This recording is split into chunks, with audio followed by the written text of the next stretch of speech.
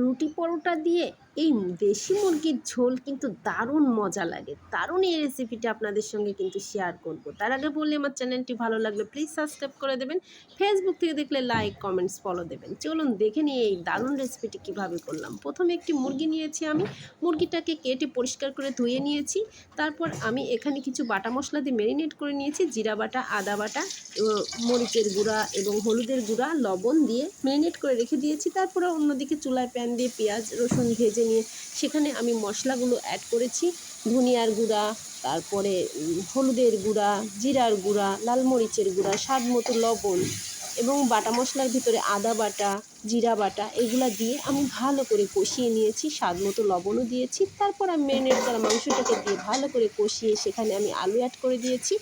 আলু অ্যাড করে দিয়ে ভালো করে কষিয়ে নিয়েছি আলুর সঙ্গে, ঢাকনা দিয়ে ঢেকে। তারপর আমি ঝোল অ্যাড করে দিয়ে নামিয়ে নিয়েছি। খুবই খুবই মজার রান্না।